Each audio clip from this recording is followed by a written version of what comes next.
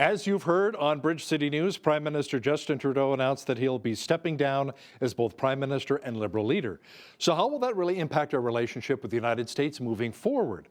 Lisa Daftari has a few thoughts. She's the host of the Foreign Desk and a U.S. political correspondent who joins us now from Los Angeles. Happy New Year, Lisa. Happy New Year to you. So Lisa, let me ask you, first of all, what has the reaction been like in the United States with the incoming Trump administration? And what have you heard so far with Trudeau announcing that he's resigning? I've seen some really funny headlines and comments on social media. Trump liberating the 51st state, Trump liberating Canada, the gift that keeps on giving, which is Trump, who hasn't even entered the White House yet, affecting obviously foreign policy to such a great extent. We would love to think that this is credit that is given to the United States, obviously, more of it being a domestic issue for Trudeau. But I will say this, and Hal, you and I talk about this a lot, which is, go woke, go broke. I think this is definitely another nod to a leader who went too far to the left, affected the daily life of Canadians, divided the country to an extent that it was, just nothing that could be repaired. His own party turning against him. I think it's time for him to move on and really come back to the center. It's something that we saw very similar things happening in the United States with a referendum on a lot of the leaders who really drove Americans apart during the pandemic, saying very crazy things about, Americans who chose not to be vaccinated, Americans who were, just different opinions on masking, on questioning the pandemic, on questioning vaccines. Just, we saw a lot of that around the world. So we're seeing this referendum of the, coming more to the center from the left, even going further to the right. We're seeing that a lot in Europe, and here we go in Canada as well. So, it's not surprising that, that he would step down and not wait for him, for his ship to sink, so to speak. So I think that this is something that he saw coming. But the timing of it, 2 weeks before Trump's inauguration, obviously being a very curious in terms of timing. But I do think this was a long time coming as well. Let's talk about that inauguration, right, coming up on January the 20th. Do you think it'll be fairly smooth? Will there be some issues? What are your thoughts? I think at this point, going into this months before, even right after Trump was elected, I think a lot of people predicted that it wouldn't be smooth, that he wouldn't be certified, that it wouldn't, all these things. But I think now Americans are moving towards the center, and we just said that about the Canadians as well. I think we're hopefully entering a very a common sense era, hopefully wanting people to work together. And I hope that Democrats are watching and seeing the reaction around the world, not just in our own country, to Trump's reelection, and thinking, you know what? Maybe there are better days ahead for the United States. Maybe we can rally around this candidate in order to be safe, in order to secure our border north and south, in order to have a better economy, in order for us to thrive. I mean, we've led from behind for so long. We've seen 4 years of America just tanking on the current policies. So why not give it another chance? And I think there are many common sense Democrats who don't want to go far to the left. They don't believe that AOC is the future of the party. And in order to reclaim their party, I do think they will stand behind Donald Trump in order to move forward, to create a bipartisanship that is fair and American, not anti-American. And hopefully we will elect out those candidates who are making it very difficult for this country to unite. Lisa, U.S. Secretary of State Anthony Blinken is calling for a Gaza ceasefire before Joe Biden leaves office. An official with Hamas says they have 34 more hostages ready to be released under a truce with Israel. Yeah, Hal, if you've seen the list, it's heartbreaking. There's children, there are women, young men. And the clincher here is that they don't even guarantee that those individuals that are listed in the list are going to be delivered alive. So these might be bodies. They might be, it's horrific that we're still here over a year into this that there are civilian hostages that are children, that are babies, that are young women that are being held. A video was recently released by the terror organization, and the family of the young woman agreed to show it, Leary, and that went viral to show this young, vibrant woman and what she has become, obviously in terrorist captivity over the last year.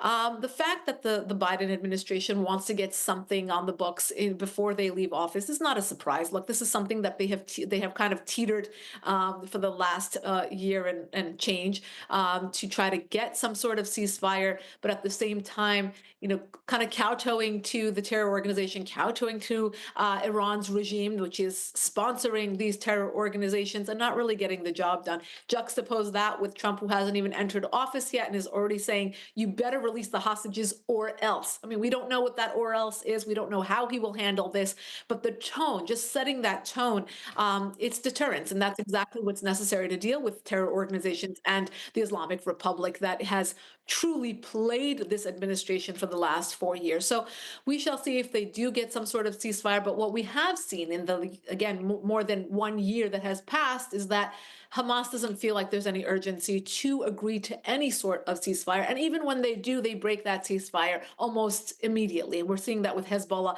They use it as time to rearm and just go at it again. So will this be a meaningful ceasefire? I highly doubt it. But again, the Biden administration very urgently trying to push this through before the end of their term. So, Lisa, with Trump moving back into the White House in a couple of weeks' time, will we see more heavy sanctions against Iran, the Islamic Republic, in order to curtail some of these proxy wars so they're not funding Hamas, the Houthis, and Hezbollah?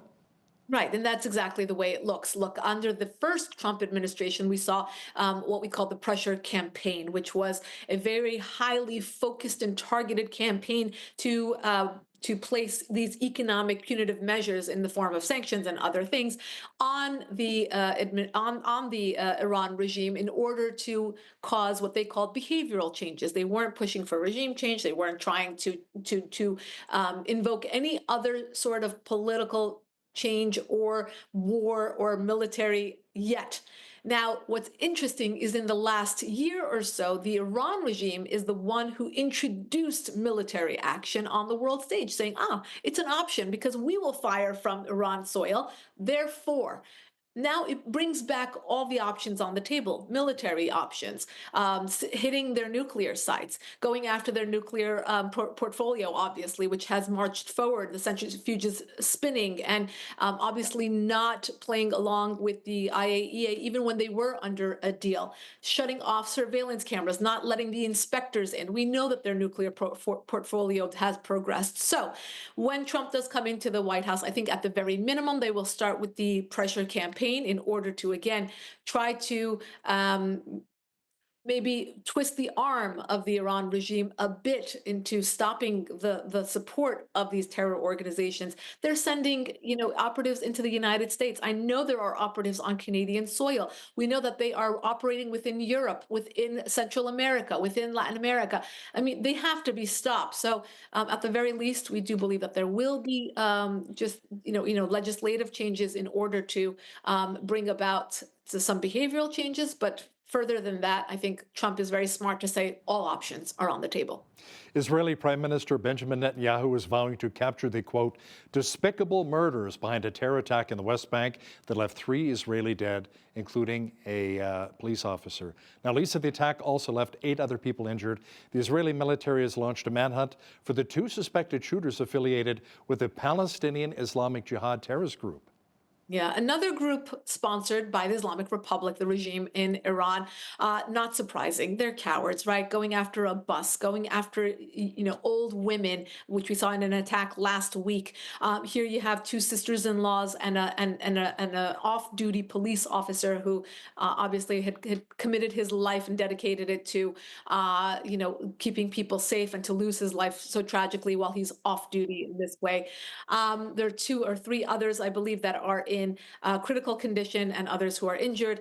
another day in the Holy Land. It's horrific to think that this is the way people have to live. This is the way children are being raised to go into bomb shelters because indiscriminately they are attacking, and it will continue. Look, if this war will end and another one will sprout up, when will we see an end to this lifestyle, this change in really shutting down Hamas and Hezbollah and Palestinian Islamic Jihad and Al Qaeda and ISIS and all the rest of them? Is to shut down the root of the problem, which is the Islamic Republic, which is sponsoring all of these groups, training them, giving them arms. Imagine what kind of money and resources and how desperate these people have to be for for the Islamic Republic to approach them, or these groups to approach them and say, blow yourself up, or go on a shooting spree when you know you will lose your life in the name of jihad. And that's exactly why Donald Trump in his first administration did shut down UNRWA, and he called it the pay to slay program. He said, we know that they're paying the families of these terrorists and we're not going to fund it. It's not, U.S. taxpayer money is not going to go for this endeavor. And that's exactly, this whole thing has to be shut down. The whole process has to be shut down. Palestinians, if you are for Palestinians and want a better life for them, this has to be shut down. Their children deserve better. They should not be raised to be jihadists. They should be raised to be accountants and doctors and engineers. And this is not the way to do it. Donald Trump says he and China's leader Xi Jinping have been speaking through representatives, Lisa. Trump accused China of ripping off the United States economically and wants things to change once he moves back to the White House. But will they? We hope so. Look, the fact that he's saying that he has already started communications, perhaps. Look, even before Donald Trump decided to run for president the first time around, I remember watching him on the New York news channels and the morning shows, and he would go on rants about how China's ripping us off, and that's the reason why we need a better leadership. And I think that's one of the reasons he actually ran for office, is to stop people from ripping us off. He sees himself as a CEO of a company, being the United States, that is being ripped off, and he wanted to fix that, or to even the scale. Will it work? Who knows? China's not exactly the most fair and even keeled bartering partner here, but we shall see. Look, China's in this for China, and the United States, under the leadership of Donald Trump, hopefully will be in it for the United States. So the fact that the two are communicating, I think we want the same things, right? We want prosperity. We want to, and the fact that they want to march into Taiwan, I think Donald Trump hopefully will address that as well. China is one of our biggest problems, and I think going into the future, it's going to continue to be a problem. So we shall see how Donald Trump will approach this problem. What about Trump's influence when it comes to the war in Ukraine between Zelensky and Putin? Will we finally see peace? Hopefully. I think Zelensky said this morning in a quote that was quite profound for Zelensky. He said, I think Donald Trump will be the one to end this war because countries of the world fear him. To that we say, duh. In comparison to what we've had for the last 4 years, obviously, he's referring to Donald Trump really approaching this with deterrence, putting a stop to it. It's endless. Obviously, I don't see Donald Trump writing out these big checks to Ukraine, in the sense that he wouldn't want this to continue. He wouldn't want this war to drag out and senselessly continue. And hopefully we will see an end to all wars in the next 4 years. I mean, look, it comes back to that idea of working together and coming to the center. I think left, right, center, whether you're in Canada or the United States, you want an end to wars, you want an end to terrorism, you want an end to unsafe borders that are bringing in people who ram their cars into crowds of people, and are capable of other things that are found on the FBI's most wanted lists. So we just want an end to all of this, and we want to be safe and we want to be prosperous. So with that in mind, I think a lot of people are hoping and rooting for Donald Trump, even though they either didn't vote for him or they didn't want him to win. I think a lot of people are now coming around to wanting his success in the next 4 years. Now, before Joe Biden leaves office, he's been handing out presidential medals of freedom, including one to Hillary Clinton and Democratic donor George Soros, who's a billionaire. Lisa, what are these medals all about? A lot of backlash from giving out these awards. Look, many people do this, right? Before leaving office, they pardon a lot of criminals, which Joe Biden has done, and they give the medals of honor, which it's an honor, right? It's coming from the White House. It's a presidential honor. Hillary Clinton, perhaps understandable. A lot of people are questioning her moves in terms of what happened in Libya under her watch. A lot, Americans killed in the line of fire. That didn't have to happen. Now, the more questionable one being George Soros, someone who has given billions of dollars, dedicated his funds and his energy and his power to really the undoing of America and its security, giving money to NGOs that have worked towards protests and looting and really the anti-American, pro-jihadists, pro-Iran regime, pro-fascist. I mean, the list goes on and on, has worked to put DAs in place. For example, here in Los Angeles, Gascon was one of his picks.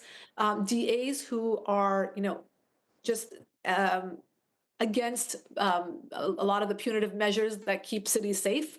A lot of the defund the police movements were, funded by his organizations. So huge question mark. We're scratching our heads here thinking, how could this be American? Why did Biden do this? And I'm sure it has more to do with the influences around him than himself, not to let him off the hook. But I think this was a very questionable move to give an individual like Soros and his ilk, his foundation, his son, those who will follow in his footsteps and carry on his foundation, because he is 94 years old. It does really question how anti-American he is and how anti-American it was to give him an award on the presidential stage. U.S. political correspondent and host of the Foreign Desk, Lisa Daftari, thanks again for joining us today from Los Angeles. My pleasure. Thank you for having me.